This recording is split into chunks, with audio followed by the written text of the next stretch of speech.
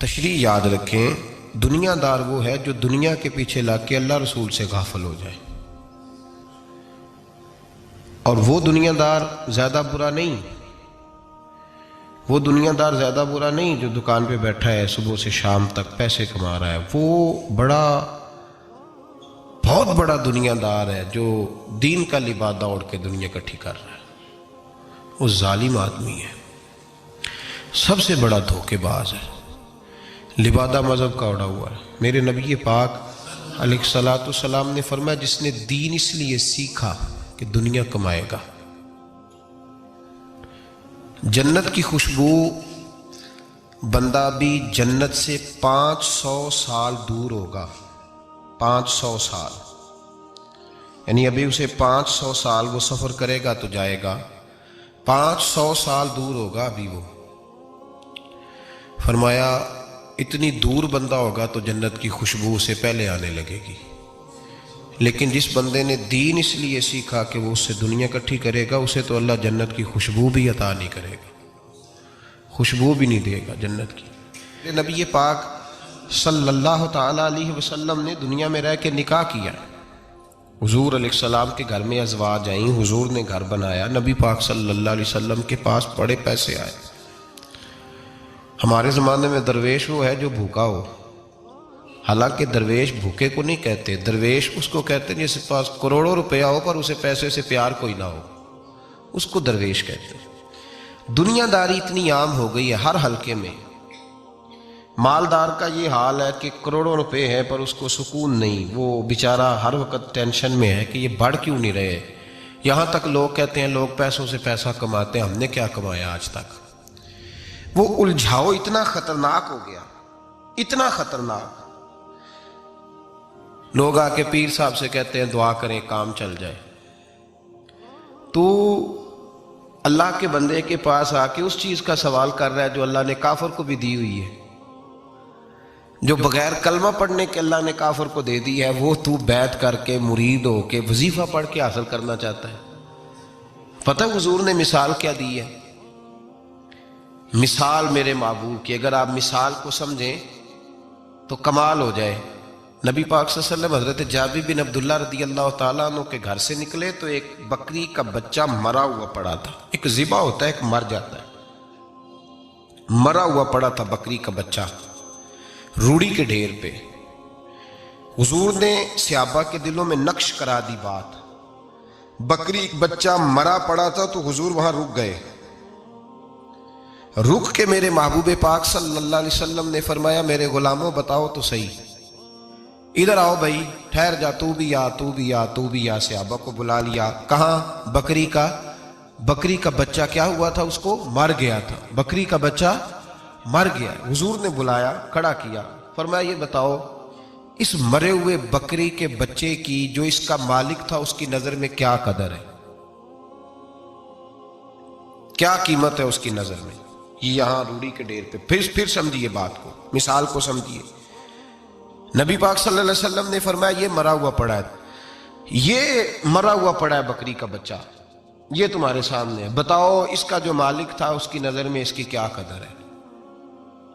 عرض کی یا رسول اللہ صلی اللہ علیہ وسلم کوئی قدر ہوتی تو بیچارہ روڑی کے ڈھیر پہ ہوتا، کوئی قدر نہیں، صفر ہے۔ کیا انداز ہے، کیا تشبیہ ہے، کیا سمجھانے کا۔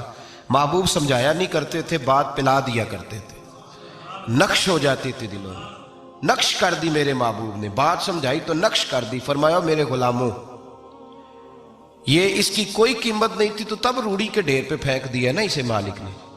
فرمایا اگر اللہ کی نظر میں دنیا کے مال کی اتنی بھی قیمت ہوتی جتنی مرے ہوئے بچے کے مالک کی اس کی نظر میں قدر ہے، اتنی بھی قیمت ہوتی، اور پھر بات آگے بڑھائی، فرمایا یہ تو پھر بکری کا بچہ ہے نا، اگر اللہ کی نظر میں دنیا کے مال کی قدر اور قیمت مچھر کے پر کے برابر بھی ہوتی تو خدا کبھی کافر کو ایک گھونٹ پانی کا بھی نہ دیتا کہ تو مجھے مانتا نہیں اور میں تجھے دنیا دوں، میں تجھے دوں۔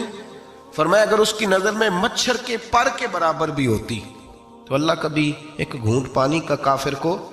میں کہتا ہوں یار جو چیز اللہ نے نہ ماننے والے کو دی ہے، منکر کو دی ہے، تو اس کے لیے دعائیں کر رہا ہے، جو نہ ماننے والے کو اس نے دے دی تو اس کے پیچھے بھاگ رہا ہے، تو صبح و شام اس کی منصوبہ بندی کر رہا ہے۔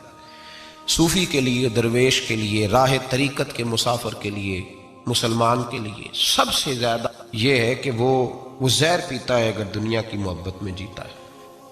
اگر کسی دنیا دار کو دیکھ کے کسی درویش کا، کسی اللہ والے کا دل مچلتا ہے کہ یہ پیسے میرے پاس ہوتے تو اس شام اسے نماز میں مزہ نہیں آئے گا، گئی اس کی قرآن پاک کی لذت، اس کا درود میں دل کیسے لگے گا؟ تو ساری رات خواب دیکھتا رہا ڈالروں کے، یورو کے، پاؤنڈ کے، کیسے اس کی توجہ آئے گی؟ اس کو کیا پتا مکے کی لذت کیا ہے، مدینے کا پیار کیا ہے؟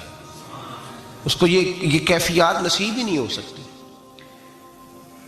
امام غزالی رحمت اللہ علیہ سے کسی نے کہا تو حضور یہ بتائیں کہ بندہ طریقت کا مسافر کب بنتا ہے؟ مسافر کب بنتا ہے طریقت کا؟ تو آپ نے فرمایا جب اس کے نزدیک سونا اور مٹی ایک برابر ہو جائے۔ اور یاد رکھیں میرا رب بڑا سخت امتحان لیتا ہے دنیا دار کا۔ جب بندہ دنیا داری کے پیچھے بھاگتا ہے تو اللہ اس کے لیے رستے بناتا جاتا ہے، کہتا چل لے، کتنے پیسے لے گا؟ وہ جہاں ہاتھ رکھتا ہے نا اس کو دولت ملتی جاتی ہے، دیتا جاتا ہے، دیتا جاتا ہے۔ پتہ اس سے تب چلتا ہے جب اللہ اس سے دعا کی لذت چھین لیتا ہے۔ پتہ اسے تب چلتا ہے جب دنیا رہ جاتی ہے۔ دنیا ظلم کی حد نہیں، زیادتی کی حد نہیں کہ تو رب کریم کا قرآن پڑھ رہا تھا اتنی دیر تو نے پڑھا جتنی دیر ویلوں کی بارش ہوتی رہی۔ یہ تو سمجھا ہی نہیں تجھے کتنی بڑی سزا ملی ہے۔ تو نے سوچا ہی نہیں ہے کہ تو نعت پڑھ رہا تھا اور اتنی دیر تیری زبان پہ رہی جب تک پیسوں کی بارش ہوتی رہی۔ تو سمجھا ہی نہیں کہ تو صرف اس مرید سے راضی ہے جو نوٹ لے کے آتا ہے، نیک ہے یا نہیں ہے؟ یہ تیرے لیے سزا نہیں کہ جس دن گاہک زیادہ آئے تو نے نماز ہی چھوڑ دی؟ یہ سزا نہیں تیرے لیے؟ تو سمجھا ہی نہیں اس بات کو۔ اللہ سزا دیتا ہے، تو نے اولاد مانگی رب کریم نے دے دی، اگر تو پلٹ کے نہیں آیا تو پھر وہ اولاد تیرے لیے آزمائش ہے۔ تو سمجھا ہی نہیں کہ تجھے اللہ پاک نے کس قدر آزما۔ اور دنیا دار دین کے معاملے میں بھی، عبادت کے معاملے میں بھی، ریاضت کے معاملے بھی، انفاق فی سبیل اللہ، ہر معاملے میں دنیا داری، ہر معاملے میں دنیا داری۔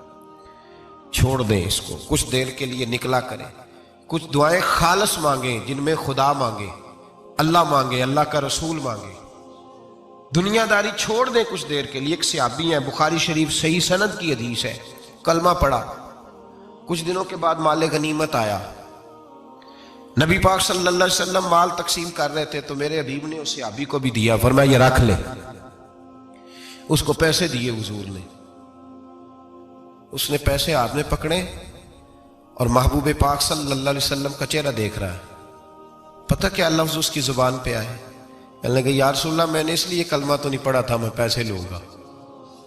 حالانکہ تالیف قلب حصہ اسلام کا، جو بندہ نیا کلمہ پڑھتا تھا اس کو کچھ نہ کچھ دیا جاتا تھا چونکہ اس کی برادری چھوڑ جاتی تھی۔ کہنے لگے حضور اس لیے تو کلمہ نہیں پڑھا تھا کہ پیسے آئیں گے۔ نبی پاک نے فرمایا کس لیے پڑھا تھا؟ کہا یا رسول اللہ میں نے تو اس لیے پڑھا تھا کہ آپ مجھے جہاد میں لے جائیں گے اور میں آپ کے نام پر اپنی جان قربان کر دوں گا۔ میں نے کچھ لینے کے لیے نہیں، جان دینے کے لیے کلمہ پڑھا تھا۔ تو حضور میرے لیے مہربانی فرمائیں، مجھے آپ یہ دنیا داری ہی دنیا داری، مال ہی مال، دنیا داری سے بچ جائیں، اس سے بچیں، ضرورت کی حاصل کریں، ضرورت سے زیادہ نہیں۔ ضرور محنت کریں، جد و جہد، حلال روزی کمائیں اللہ کے راستے میں دینے کے لیے، غریبوں کی مدد کرنے کے لیے ضرور کریں، لیکن اس کو مشن نہ بنائیں، یہ مشن نہیں۔ اگر آپ نے صبح سے لے کے شام تک 3 گھنٹے وقت گزارا ہے تو پھر آپ کا 2 گھنٹے اگر دنیا میں گزرے تو 1 گھنٹہ دین میں گزرنا چاہیے نا، ورنہ آپ کا دن ضائع ہو گیا ہے۔ کم از کم تیسرا حصہ تو دین کو دو۔ ہمارے بزرگوں نے ضمناً دنیا داری رکھی، ضمناً کہتے تھے ہم تو اتنی روزی کماتے ہیں کہ کمر سیدھی ہو سکے۔ ایک تو میرے عزیز یہ یاد رکھیں کہ اپنے ہمہ وقت زندگی کو دنیا کو ٹائم نہ دیں، دنیا کو اتنا ٹائم دیں جتنی کہ اس کے لیے حضرت علی المرتضیٰ رضی اللہ تعالیٰ عنہ کا ایک فرمان یاد رکھیں۔ آپ فرمایا کرتے تھے میں دنیا کے لیے اتنی محنت کرتا ہوں جتنا میں نے دنیا میں رہنا ہے، اور آخرت کے لیے اتنی محنت کرتا ہوں جتنا میں نے آخرت میں۔ جو آدمی 500 سال پہلے فوت ہو گیا تھا وہ کہاں ہے؟ ابھی قبر میں ہے، زندگی کتنی گزار کے گیا؟ 60 سال 70 سال. تو جتنا دنیا میں رہنا ہے اتنی اس کے لیے جد و جہد کریں، جتنا جانا ہے اتنا جانے کے لیے محنت کریں، اپنے آپ کو ضائع نہ کریں.